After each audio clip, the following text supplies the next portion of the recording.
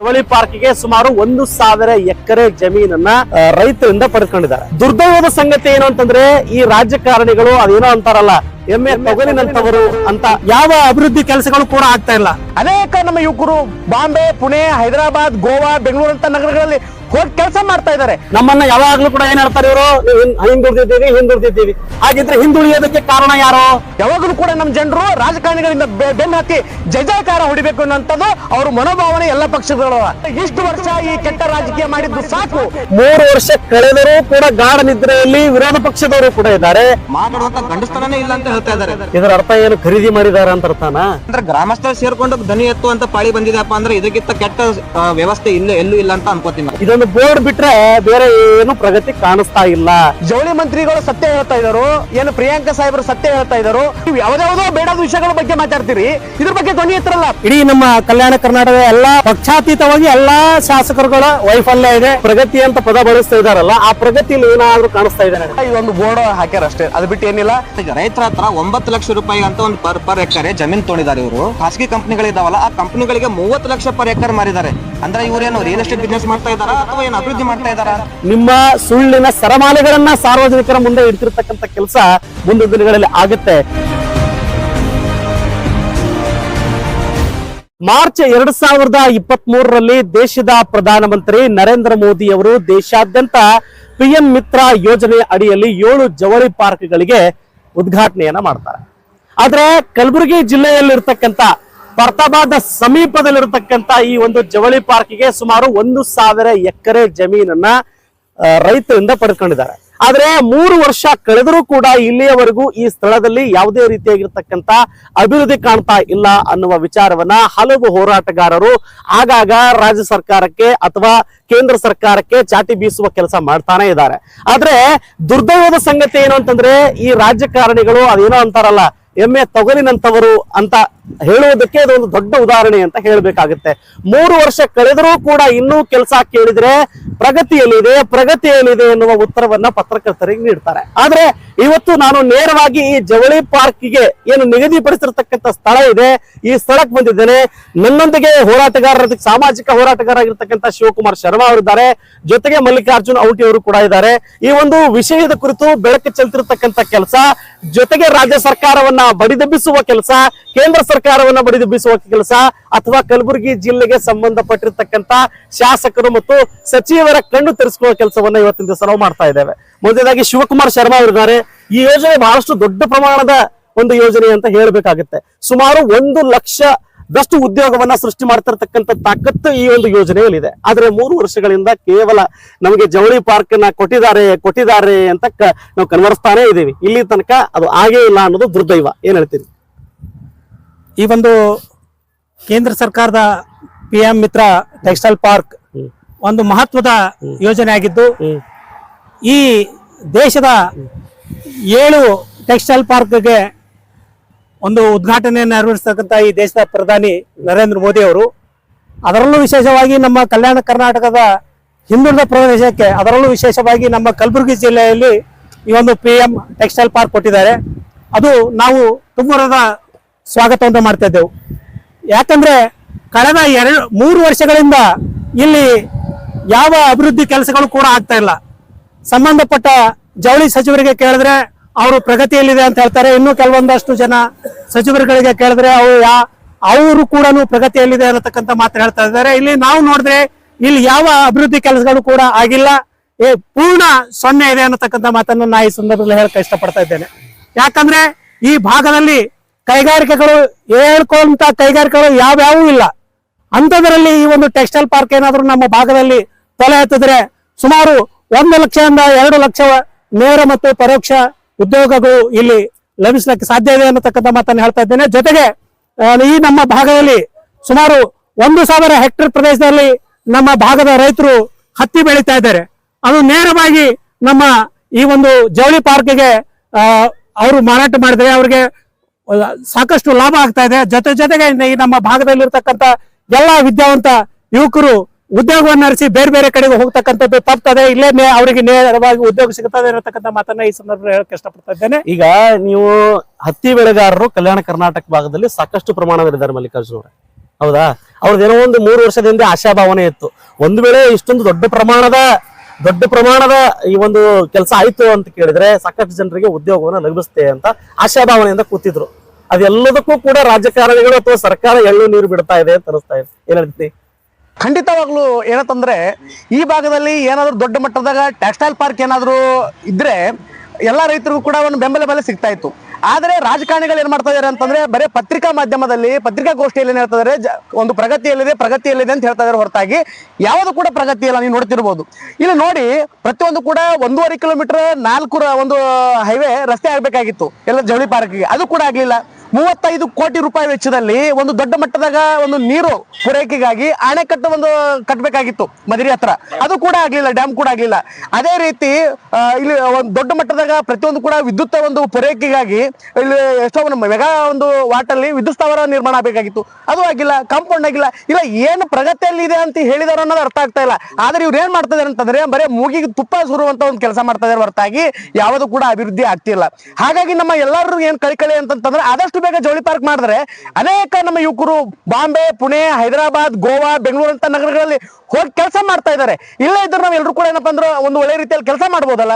ಹಾಗಾಗಿ ನಮ್ದು ಏನ್ ನಿವೇದನೆ ಆದಷ್ಟು ಬೇಗ ಜವಳಿ ಪಾರ್ಕ್ ಆದ್ರೆ ಏನಾಗ್ತದೆ ಅಂತಂದ್ರೆ ಇಲ್ಲಿ ಒಂದು ಒಳ್ಳೆ ರೀತಿಯಲ್ಲಿ ಎಲ್ರು ಕೂಡ ಬದುಕು ಕಟ್ಕೋಬಹುದು ಅಂತ ಹೇಳ್ಬಿಟ್ಟು ನಮ್ಮ ನಿಮ್ಗೆ ಅನ್ಸಲ್ವಾ? ನಮ್ಮ ಕಲ್ಯಾಣ ಕರ್ನಾಟಕ ಭಾಗದ ಏನು ರಾಜಕಾರಣಿಗಳಿದ್ದಾರೆ ನಮ್ಮನ್ನ ಯಾವ ರೀತಿ ಹಗಲು ಚುಕ್ಕಿ ತೋರಿಸ್ತಿರ್ತಕ್ಕಂಥ ಕೆಲಸ ಮಾಡ್ತಾ ಇದಾರೆ ಅಂತ ಅನ್ಸಲ್ವಾ? ಪ್ರತಿಯೊಂದು ಯೋಜನೆಗಳಾಗಿರ್ಬೋದು ಇವು ಎಲ್ಲರೂ ಕೂಡ ಅಭಿವೃದ್ಧಿ ಆಗ್ತಿರ್ತಕ್ಕಂಥದ್ದು ಬೆಂಗಳೂರು, ಮೈಸೂರು ಆ ಕಡೆನೆ. ನಮ್ಮನ್ನ ಯಾವಾಗ್ಲೂ ಕೂಡ ಏನ್ ಹೇಳ್ತಾರೆ ಇವರು, ಹಿಂದುಳಿದಿದ್ದೀವಿ. ಹಾಗಿದ್ರೆ ಹಿಂದುಳಿಯೋದಕ್ಕೆ ಕಾರಣ ಯಾರು? ಖಂಡಿತವಾಗಿಯೂ ಕೂಡ ರಾಜಕಾರಣಿಗಳೇ. ನೀವು ನೋಡಿ, ಉದಾಹರಣೆ ಕೊಡ್ತೀನಿ.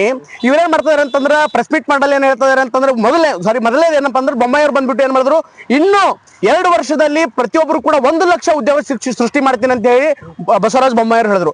ಬಸವರಾಜ ಬೊಮ್ಮಾಯಿ 1 ಲಕ್ಷ ಉದ್ಯೋಗ ಸೃಷ್ಟಿ ಮಾಡ್ತೀನಿ ಅಂತ ಹೇಳಿ ಕೈ ಬಿಟ್ಟ ಮೇಲೆ ಇವಾಗ ಮತ್ತೆ ಇಲ್ಲಿ ಕಾಂಗ್ರೆಸ್ ಸರ್ಕಾರ ಬಂತು. ಕಾಂಗ್ರೆಸ್ ಸರ್ಕಾರ ಬಂದ ಮೇಲೆ ಇವ್ರೇನಾದ್ರು ನಿರ್ಲಕ್ಷ್ಯ ಮಾಡಿದ್ರೆ ಬಿಜೆಪಿ ವಿರೋಧ ಪಕ್ಷದವ್ರು ಏನ್ ಮಾಡ್ಬೇಕಾಗಿತ್ತು ಅಂತಂದ್ರೆ ಧ್ವನಿ ಎತ್ತಬೇಕಾಗಿತ್ತು. ಆದ್ರೆ ವಿರೋಧ ಪಕ್ಷದ ನಾಯಕರು ಏನ್ ಮಾಡ್ತಾರೆ ಅಂದ್ರೆ ಬಾಯಿಗೆ ಪಟ್ಟಿ ಹಚ್ಕೊಂಡು ಸುಮ್ ಕುತ್ಕೊಂಡಿದ್ದಾರೆ ಅಂತಂದ್ರೆ ಅರ್ಥ ಏನು ಅಂತಂದ್ರ ಯಾವಾಗ್ಲೂ ಕೂಡ ನಮ್ಮ ಜನರು ಹಿಂದುಳಿಬೇಕು, ಯಾವಾಗ್ಲೂ ಕೂಡ ನಮ್ಮ ಜನರು ರಾಜಕಾರಣಿಗಳಿಂದ ಬೆನ್ನು ಹತ್ತಿ ಜಯಕಾರ ಹೊಡಿಬೇಕು ಅನ್ನೋಂಥದ್ದು ಅವ್ರ ಮನೋಭಾವನೆ ಎಲ್ಲ ಪಕ್ಷಗಳು. ಹಾಗಾಗಿ ನಾನೇನ್ ಹೇಳ್ತಿದ್ದೇನೆ ಅಂತಂದ್ರೆ ಇಷ್ಟು ವರ್ಷ ಈ ಕೆಟ್ಟ ರಾಜಕೀಯ ಮಾಡಿದ್ದು ಸಾಕು. ಇನ್ನಾದ್ರೂ ನಮ್ಮ ಭಾಗದ ಜನರಿಗೆ ಒಳ್ಳೆ ರೀತಿಯಲ್ಲಿ ಏನಪ್ಪಾ ಅಂತಂದ್ರೆ ನೀವು ಎಲ್ಲರೂ ಬಿಜೆಪಿ, ಕಾಂಗ್ರೆಸ್, JDS ಎಲ್ಲರೂ ಕೂಡ ಪಕ್ಷಗಳು ಒಗ್ಗಟ್ಟಾಗಿ ನಮ್ಮ ಭಾಗಕ್ಕೆ ನ್ಯಾಯ ಕೊಡಿಸ್ಬೇಕು ಅನ್ಕೊಂಡು ಈ ಸಂದರ್ಭದಲ್ಲಿ ನಾನು ಹೇಳ್ತೀನಿ ಸರ್. ಕುಲಕರ್ಣಿ ಅವರೇ, ಇಡೀ ಕಲ್ಯಾಣ ಕರ್ನಾಟಕ ಭಾಗದಲ್ಲಿ ಕೇವಲ ಈ ವಿರೋಧ ಪಕ್ಷ ಜೊತೆಗೆ ಏನು ಆಡಳಿತ ಪಕ್ಷ ನಡೆಸ್ತಾ ಇದೆ ಎರಡೂ ರಾಜಕಾರಣಿಗಳಪ್ಪ ನಿಷ್ಕ್ರಿಯವಾಗಿದ್ದಾರೆ ಅಂತ ಹೇಳಬೇಕಾಗತ್ತೆ. ಯಾಕಂತ ಕೇಳಿದ್ರೆ ವಿರೋಧ ಮಾಡ್ತಿರ್ತಕ್ಕಂಥವ್ರಿಲ್ಲ, ಧ್ವನಿ ಎತ್ತಿರ್ತಕ್ಕಂಥವ್ರಿಲ್ಲ.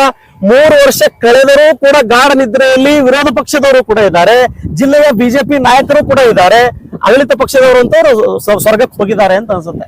ಈಗ ವಿರೋಧ ಪಕ್ಷದವರು ಹೇಳ್ತಾ ಇದ್ದಾರೆ ನಾವು ವಿರೋಧದಲ್ಲಿ ಇದ್ದೇವೆ ಅಂತ ಹೇಳ್ತಾ ಇದ್ದಾರೆ.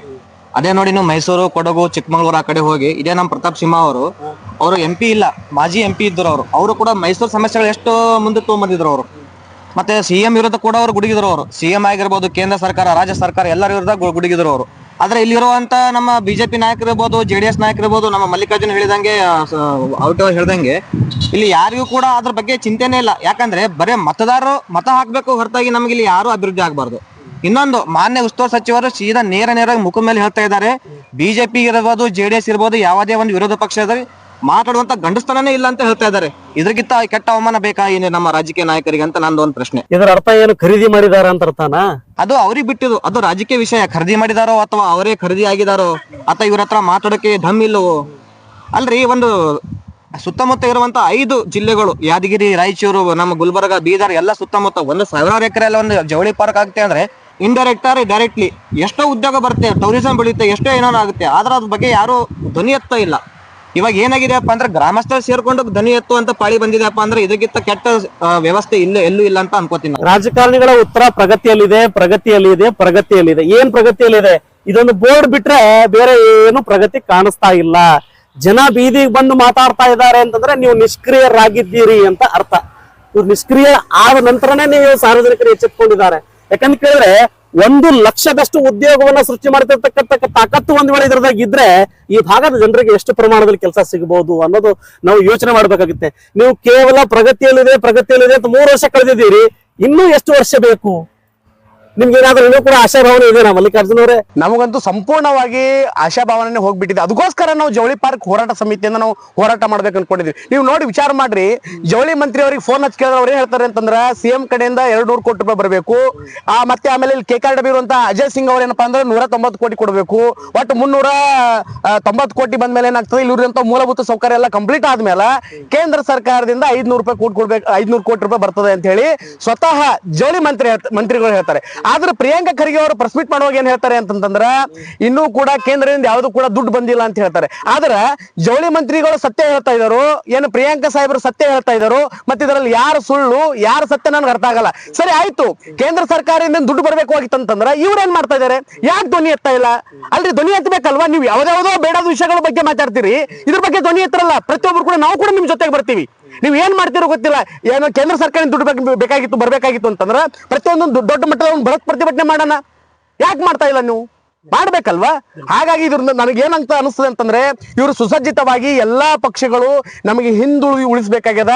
ಈಗ ಏನಾದ್ರು ರಾಜಕೀಯ ಒಂದು ಎಲೆಕ್ಷನ್ ಬಂದ್ರ ನೋಡ್ರಿ ಇದು ಮಾಡಿಸ್ತೀನಿ ಅಂತ ಬರೇ ನಮ್ಗೆ ಏನಾಗ್ತದೆ ಅಂತಂದ್ರ ಇದು ತೋರಿಸ್ಕೇಸಿ ಮತ ಪಡೆಯುವಂತ ಒಂದು ಕೆಟ್ಟ ಪರಿಸ್ಥಿತಿ ನಮ್ಮ ಭಾಗಕ್ಕದ. ಹಾಗಾಗಿ ನಾವೆಲ್ಲರೂ ಕೂಡ ಜನಸಾಮಾನ್ಯರು ಎಚ್ಚೆತ್ಕೋಬೇಕು ಅನ್ಕೊಂಡ ಸಂದರ್ಭದಲ್ಲಿ ಹೇಳ್ತೀನಿ. ನೋಡಿ ಸರ್, ಇದು ಯಾರ ವಿಫಲತೆ ಯಾರಂತೀರಿ ಶಿವಕುಮಾರ್ ಅವರೇ? ಇದು ಕೇಂದ್ರ ಸರ್ಕಾರದ ವಿಫಲತೆನಾ ಅಥವಾ ರಾಜ್ಯ ಸರ್ಕಾರದ ವಿಫಲತೆನಾ ಅಥವಾ ಜಿಲ್ಲೆಯಲ್ಲಿ ಇರ್ತಕ್ಕಂತ ಬಿಜೆಪಿ ಕಾಂಗ್ರೆಸ್ JDS ನಾಯಕರ ವಿಫಲತೆನಾ? ಇಲ್ಲಿ ವಿಷಯದಾಗ ಹೇಳ್ಬೇಕಂತಂದ್ರೆ ಇಡೀ ನಮ್ಮ ಕಲ್ಯಾಣ ಕರ್ನಾಟಕದ ಎಲ್ಲಾ ಪಕ್ಷಾತೀತವಾಗಿ ಎಲ್ಲಾ ಶಾಸಕರುಗಳ ವೈಫಲ್ಯ ಇದೆ. ಜೊತೆಗೆ ಒಂದು ರಾಜ್ಯದಲ್ಲಿ ಇರ್ತಕ್ಕಂತ ಕಾಂಗ್ರೆಸ್ ಸರ್ಕಾರದ ವೈಫಲ್ಯ ಕೂಡ ಇದೆ ಇದರಲ್ಲಿ. ಯಾಕಂದ್ರೆ ಅವ್ರು ಹೇಳ್ತಾರೆ ಮೊದಲ ಮೂಲಭೂತ ಸೌಕರ್ಯಗಳು ಇಲ್ಲಿ ಆಧಾರೆ ಮುಂದಿನ 2ನೇ ಹಂತದ ಕಾಮಗಾರಿಗಾಗಿ ನಾವೇನು ಕೇಂದ್ರ ಸರ್ಕಾರದಿಂದ ಕೊಡ್ಬೇಕಾಗಿರ್ತಂತ 600 ಕೋಟಿ ರೂಪಾಯಿ ಕೊಡ್ಲಿಕ್ಕೆ ನಾವು ಸದಾ ಸಿದ್ಧ ಇದ್ದೀವಿ ಅನ್ನತಕ್ಕಂಥ ಮಾತು ಕೇಂದ್ರ ಸರ್ಕಾರ ಹೇಳ್ತಾ ಇದೆ. ಅಂದ್ರೆ ವೈಫಲ್ಯ ಇರೋದು ನಮ್ಮ ರಾಜ್ಯ ಸರ್ಕಾರ ಮತ್ತು ಈ ನಮ್ಮ ಕಲ್ಯಾಣ ಕರ್ನಾಟಕದ ಎಲ್ಲಾ ಶಾಸಕರುಗಳಲ್ಲಿ ಇದೆ ಅನ್ನತಕ್ಕಂಥ ಮಾತನ್ನೇ ಹೇಳ್ತಾ ಇದ್ದೇನೆ. ನಿಮಗೆ ಇಲ್ಲಿ 1,000 ಎಕರೆಯಲ್ಲಿ ನೀವು ಇದಕ್ಕೂ ಮುಂಚೆ ಕೂಡ ಬಂದಿರಬೇಕು, ಏನಾದ್ರೂ ಅಪ್ಡೇಟ್ ಅಥವಾ ಅಭಿವೃದ್ಧಿ ಏನಾದ್ರೂ ಆಗಿದೆನಾ? ಏನೂ ಆಗಿಲ್ಲ. ಅವ್ರೇನ್ ಪ್ರಗತಿ ಅಂತ ಪದ ಬಳಸ್ತಾ ಇದಾರಲ್ಲ, ಆ ಪ್ರಗತಿಯಲ್ಲಿ ಏನಾದ್ರೂ ಕಾಣಿಸ್ತಾ ಇದೆ ನಿಮ್ಗೆ? ಅವ್ರ ಪ್ರಗತಿ ಏನ್ ಮಾಡ್ಯಾರ ಅಂತಂದ್ರ ಇದೊಂದು ಬೋರ್ಡ್ ಹಾಕ್ಯಾರ ಅಷ್ಟೇ, ಅದು ಬಿಟ್ಟು ಏನಿಲ್ಲ. ಮತ್ತೆ ಏನಪ್ಪಾ ಅಂದ್ರೆ ವೆಬ್ಸೈಟ್ ಅಲ್ಲಿ ನೀವು ಹೊಡಿಬೇಕು ಕಲ್ಯಾಣ ಕರ್ನಾಟಕ PM ಮಿತ್ರ ಟೆಕ್ಸ್ಟೈಲ್ ಪಾರ್ಕ್ ಅಂತ ನೀವು ಗೂಗಲ್ ಸರ್ಚ್ ಮಾಡಿದ್ರೆ ಒಂದು ಸರ್ಕಾರಿ ವೆಬ್ಸೈಟ್ ಬರ್ತದೆ. ಆ ವೆಬ್ಸೈಟ್ ಅಲ್ಲಿ ಏನಂತಂದ್ರೆ ಯಾರಾದ್ರೂ ಹೂಡಿಕೆದಾರ ಇದ್ರೆ ಅದರಲ್ಲಿ ಅಪ್ಡೇಟ್ ಮಾಡಿ ನೀವು ಹೂಡಿಕೆ ಮಾಡ್ಬೇಕು ಅಂತ ಹೇಳಿ ವೆಬ್ಸೈಟ್ ಅಲ್ಲಿ ಇದಾರೆ. ಆ ವೆಬ್ಸೈಟ್ ತೆಗೆದು ನೋಡಿದ್ರೆ ಇಲ್ಲೇ JCB ಇಟ್ಕೊಂಡು ಸುಮ್ಮನೆ ಒಂದು ಲೊಕೇಶನ್ ಹಾಕಿ ಫೋಟೋ ತೆಗೆದಿದೆ ಹೊರತಾಗಿ ಬೇರೆ ಯಾವುದು ಕೂಡ ಪ್ರಗತಿ ಆಗಿಲ್ಲ. ನೀವು ನೋಡ್ತಿರ್ಬೋದು, ಇಲ್ಲಿ ಅನೇಕರು ಏನಪ್ಪಾ ಅಂದ್ರೆ ಇಲ್ಲೇ ಬೆಳೆ ಬೆಳೀತಾ ಇದಾರೆ ರೈತರು. ಆಕ್ಚುಲಿ ಈ ಒಂದು ವಿಷಯ ಬಗ್ಗೆ ನಾವು ಪ್ರಸ್ತಾಪ ಮಾಡಲೇಬೇಕು. ಸರ್ಕಾರ ಅದು BJP ಇರ್ಬೋದು, ಕಾಂಗ್ರೆಸ್ ಇರ್ಬೋದು, ಯಾವುದೇ ಸರ್ಕಾರ ಇರ್ಬೋದು, ನಮ್ಮ ಗುಲ್ಬರ್ಗ ಹೈದರಾಬಾದ್ ಕಡೆ ಸುತ್ತಮುತ್ತ ಜನರು ಬಹಳಷ್ಟು ಕನ್ಫ್ಯೂಷನ್ ಮಾಡ್ತಾ ಇದೆ. ಸ್ಟಾರ್ಟಿಂಗ್ ಅಲ್ಲಿ ಯಡಿಯೂರಪ್ಪ ಸರ್ಕಾರ ಇದ್ದಾಗ 2008ರಲ್ಲಿ ನಾವು ಥರ್ಮಲ್ ಪವರ್ ಪ್ಲಾಂಟ್ ಮಾಡ್ತೀವಿ ಅಂತ ಹೇಳಿದ್ರು. ಅದಾದ್ಮೇಲೆ ಇಲ್ಲ ಅದು ಕ್ಯಾನ್ಸಲ್ ಆಗಿದೆ, ಇಲ್ಲಿ ಎಲ್ಲ ವಾತಾವರಣ ಕೆಟ್ಟು ಹೋಗುತ್ತೆ, ಅದಕ್ಕೆ ನಾವು ಮಾಡೋದಿಲ್ಲ ಅಂತ ಹೇಳಿದ್ರು. ಅದಾದ್ಮೇಲೆ ರೈತರ ಹತ್ರ 9 ಲಕ್ಷ ರೂಪಾಯಿ ಅಂತ ಒಂದು ಪರ್ ಎಕರೆ ಜಮೀನ್ ತೊಗೊಂಡಿದ್ದಾರೆ. ಇವರು ತಗೊಂಡ್ಮೇಲೆ ನೆಕ್ಸ್ಟ್ ಅದೇ BJP ಸರ್ಕಾರ ಬಂದಾಗ ಇವ್ರೇನ್ ಹೇಳ್ತಾರೆ, ನಾವು ಸೋಲಾರ್ ಪಾರ್ಕ್ ಮಾಡ್ತೀವಿ ಅಂತ ಹೇಳಿ. ಆ ಸೋಲಾರ್ ಪಾರ್ಕ್ ಮಾಡಕ್ಕೆ ಏನು ಖಾಸಗಿ ಕಂಪನಿಗಳಿದಾವಲ್ಲ, ಆ ಕಂಪನಿಗಳಿಗೆ 30 ಲಕ್ಷ ಪರ್ ಎಕರ್ ಮಾರಿದ್ದಾರೆ. ಅಂದ್ರೆ ಇವ್ರೇನು ರಿಯಲ್ ಎಸ್ಟೇಟ್ ಬಿಸ್ನೆಸ್ ಮಾಡ್ತಾ ಇದಾರಾ ಅಥವಾ ಏನು ಅಭಿವೃದ್ಧಿ ಮಾಡ್ತಾ ಇದಾರಾ ಅಂತ ನಂದು ಯಕ್ಷ ಪ್ರಶ್ನೆ ಇದು. ಅದಲ್ಲದೆ ಈಗ ಹೇಳ್ತಾ ಇದ್ರು ನಮ್ಮ ನಾಯಕರು ಅಭಿವೃದ್ಧಿ ಮಾಡ್ತಾ ಇಲ್ಲ ಅಂತೇಳಿ. ಇದೇ ಪಕ್ಕದಲ್ಲಿ ನಮ್ಮ ಜೇವರಿಗೆಯಲ್ಲಿ ಒಂದು ದೊಡ್ಡ ಕಾರ್ಯಕ್ರಮ ನಡೀತು. ಅಜಯ್ ಸಿಂಗ್ ಇರ್ಬೋದು, ಮಲ್ಲಿಕಾರ್ಜುನ್ ಖರ್ಗೆ ಅವರು ಇರ್ಬೋದು, ಅದೇ ನಮ್ಮ ಪ್ರಿಯಾಂಕ ಖರ್ಗೆ, ಇಡೀ ಪೂರಾ ಆಡಳಿತ ಸರ್ಕಾರ ಇಲ್ಲೇ ಬಂದಿತ್ತು. ಅವಾಗ DK ಶಿವಕುಮಾರ್ ಹೇಳ್ತಾ ಇದ್ರು, ಮುಂದಿನ ಜನ್ಮ ಏನಾದ್ರು ಇದ್ರೆ ನಾನು ಇದೇ ಒಂದು ಗುಲ್ಬರ್ಗ ಭೂಮಿಯಲ್ಲಿ ಹುಡ್ತೀನಿ ಅಂತ ಹೇಳ್ತಾ ಇದ್ರು. ಅದಕ್ಕೆ ವಿರೋಧ ಮಾಡಿ ನಮ್ಮ ಮಲ್ಲಿಕಾರ್ಜುನ್ ಖರ್ಗೆ ಅವರು ಹೇಳ್ತಾ ಇದ್ರು, ಇಲ್ಲ ಇಲ್ಲಿ ಭೂಮಿಯಲ್ಲಿ ಹುಟ್ಟೋದೇ ಬೇಡ, ಈ ಭೂಮಿಯಲ್ಲಿ ಹುಟ್ಟಿದ್ರು ನಾವು ದೊಡ್ಡ ತಪ್ಪು ಅಂತೇಳಿ. ಅಂದ್ರೆ ನೀವು ಹುಟ್ಟಿದ ತಪ್ಪು ಅಂದ್ಮೇಲೆ ನಾವು ಹುಟ್ಟಿದ ತಪ್ಪ? 50 ವರ್ಷ ರಾಜಕೀಯ ಮಾಡಿದ್ದಾರೆ, ಇಲ್ಲಿ 50 ರಾಜಕೀಯ ವರ್ಷದಲ್ಲಿ ಏನ್ ಅಭಿವೃದ್ಧಿ ಮಾಡಿದಾರೆ ಅಂತ ನಿಮ್ಮ ಬಾಯಿಂದಾನೇ ಅದು ಸರಾಗಿ ಬರ್ತಾ ಇದೆಯಲ್ಲ. ಒಂದು ನಾವು ಇತಿಹಾಸ ನೋಡಿರ್ಬೋದು, ಇತಿಹಾಸದಲ್ಲಿ ಹೇಳ್ತಾ ಇದ್ರು ಚೋಳರು, ಚಾಲುಕ್ಯರು ಎಲ್ಲರೂ ಇಡೀ ಸಾಮ್ರಾಜ್ಯ ಅವರು ಹುಟ್ಟಿದ್ದು 50 ವರ್ಷಗಳ ಕಾಲ ಈ ಭೂಮಿಯನ್ನ ಆಳಿರ್ತಕ್ಕಂಥವ್ರು. ನೀವು ಸುಮಾರು ಬಾರಿ ಶಾಸಕರು, ಸಂಸದರ ಆಗಿ ಈಗ ರಾಷ್ಟ್ರ ಮಟ್ಟದಲ್ಲಿ ಮಿಂಚ್ತಾ ಇದ್ದೀರಿ. ಇದೇ ಭೂಮಿಯಿಂದಾನೇ ನೀವು ಗೆದ್ದು ಹೋಗಿದ್ದೀರಿ. ಇದೇ ಭೂಮಿಯಲ್ಲಿ ಇರ್ತಕ್ಕಂಥ ಸಾರ್ವಜನಿಕರು ನಿಮ್ಮನ್ನ ಗೆಲ್ಲಿಸುವ ಕೆಲಸವನ್ನ ಮಾಡಿದ್ದಾರೆ. ಹುಟ್ಟಿದ್ದು ತಪ್ಪು ಅಂತ ಹೇಳಿದ್ರೆ ಇದಕ್ಕೆ ಅರ್ಥನೇ ಇಲ್ಲ ಅಂತ ನನಗನ್ಸುತ್ತೆ. ಅವರು ನೇರವಾಗಿ ಹೇಳ್ತಾ ಇದ್ದಾರೆ, ನಾವು ಆಡಳಿತದಲ್ಲಿ ವೈಫಲ್ಯ ಆಗಿದ್ದೀವಿ ಅಂತ ಹೇಳ್ತಾ ಇದ್ದಾರೆ. ನೋಡಿ, ಬಹಳಷ್ಟು ಮಾರ್ಮಿಕವಾಗಿ ಈ ಒಂದು ವಿಷಯದ ಕುರಿತು ಏನದು ಜವಳಿ ಪಾರ್ಕ್ ನ ವಿಷಯದ ಕುರಿತು ನಾವು ಬೆಳಕು ಚೆಲ್ತಿರ್ತಕ್ಕಂಥ ಕೆಲಸ ಮಾಡ್ತಾ ಇದ್ದೀವಿ.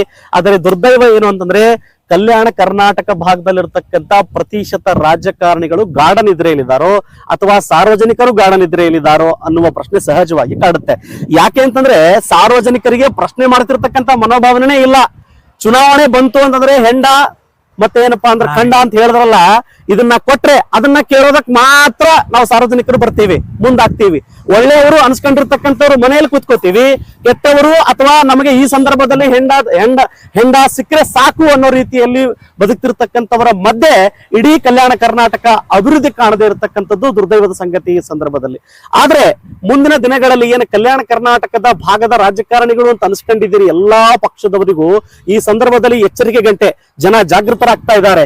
ನಿಮ್ಮ ಸುಳ್ಳಿನ ಸರಮಾಲೆಗಳನ್ನ ಸಾರ್ವಜನಿಕರ ಮುಂದೆ ಇಡ್ತಿರ್ತಕ್ಕಂಥ ಕೆಲಸ ಮುಂದಿನ ದಿನಗಳಲ್ಲಿ ಆಗುತ್ತೆ. ಎಚ್ಚೆತ್ತುಕೊಳ್ಳಿ.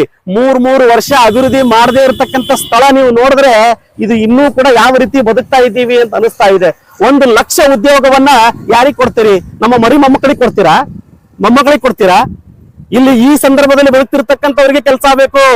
ನೀವು ಬರೇ 3 ವರ್ಷ ಕೇವಲ ಒಂದು ಬೋರ್ಡ್ ಹಚ್ಚಿ ನೀವು ಇಲ್ಲಿ ಹೋಗ್ತಿರ್ತಕ್ಕಂಥದ್ದು ಮಾಡ್ತೀರಿ. ಮಾತೆತ್ತಿದ್ರೆ ಕೇಂದ್ರ ಸರ್ಕಾರದ ಕಡೆ ಬೇಡ ಮಾಡ್ತೀರಿ, ಕೇಂದ್ರ ಸರ್ಕಾರದವರು ರಾಜ್ಯ ಸರ್ಕಾರದ ಮೇಲೆ ಬೇಡ ಮಾಡ್ತಾರೆ, ರಾಜ್ಯ ಸರ್ಕಾರ ಕೇಂದ್ರ ಸರ್ಕಾರ ಎರಡು ಕೂಡಿ ಸ್ಥಳೀಯ ನಾಯಕರ ಮೇಲೆ ಏನಪ್ಪಾ ಅಂದ್ರೆ ಬೇಡ ಮಾಡ್ತೀರಿ. ಇವೆಲ್ಲವನ್ನ ಬೆರಳು ಮಾಡುವಷ್ಟರಲ್ಲಿ ಏನಪ್ಪಾ ಅಂತ ಕೇಳಿದ್ರೆ ಜನ ಮುದುಕರಾಗಿ ಹೋಗ್ತೀವಿ. ನಾವಿಲ್ಲಿ 4 ಜನ ನಿಂತಿದ್ದೀವಲ್ಲ, ಎಷ್ಟು ಜನ ನಿಂತೀವಲ್ಲ, ನಮ್ಮ ಜೀವನ ಇರ್ತೀವೋ ಹೋಗ್ತೀವೋ ಅನ್ನೋದೇ ಗೊತ್ತಿಲ್ಲ. ಅಲ್ಲಿ ತನಕ ನೀವು ಈ ಜವಳಿ ಪಾರ್ಕ್ ಉದ್ಧಾರ ಮಾಡ್ತಿರೋ, ಇದನ್ನ ಪ್ರಗತಿ ಮಾಡ್ತಿರೋ, ಏನ್ ಮಾಡ್ತಿರೋ ಅಂತ ನಿಮಗೆ ಬಿಟ್ಟಿದ್ದು. ಒಟ್ಟಾರೆಯಾಗಿ ಈ ಭಾಗದ ಜಿಲ್ಲಾ ಉಸ್ತುವಾರಿ ಸಚಿವರು, ಕೆ ಬಾರಡಿ ಅಧ್ಯಕ್ಷರು ಅಥವಾ ಈ ಭಾಗದ ಶಾಸಕರು, ಜೊತೆಗೆ ಈ ರಾಜ್ಯದ ಮುಖ್ಯಮಂತ್ರಿಗಳು ಮತ್ತು ಕೇಂದ್ರ ಸರ್ಕಾರನೂ ಕೂಡ ಇಲ್ಲಿ ಮುತುವರ್ಜಿ ವಹಿಸಬೇಕಾಗಿರ್ತಕ್ಕಂಥದ್ದು. ಪ್ರಧಾನಮಂತ್ರಿಗಳು ಕೂಡ ಇಲ್ಲಿ ಮುತುವರ್ಜಿ ವಹಿಸಬೇಕು. 1 ಲಕ್ಷ ಜನರಿಗೆ ಉದ್ಯೋಗ ಸೃಷ್ಟಿ ಮಾಡ್ತಿರ್ತಕ್ಕಂಥ ತಾಕತ್ತು ಈ ಯೋಜನೆಯಲ್ಲಿದೆ. ಅಂದ್ರೆ ನೀವು ಮುಂದೆ ಬಂದು ಇವರಿಗೆ ಇನ್ಸ್ಟ್ರಕ್ಷನ್ ನೀಡ್ತಿರ್ತಕ್ಕಂಥ ಕೆಲಸ ಮಾಡಿ ಅಭಿವೃದ್ಧಿಯತ್ತ ಚಿತ್ತವನ್ನು ಹರಿಸಬೇಕು ಅಂತ ಹೇಳ್ತೀನಿ.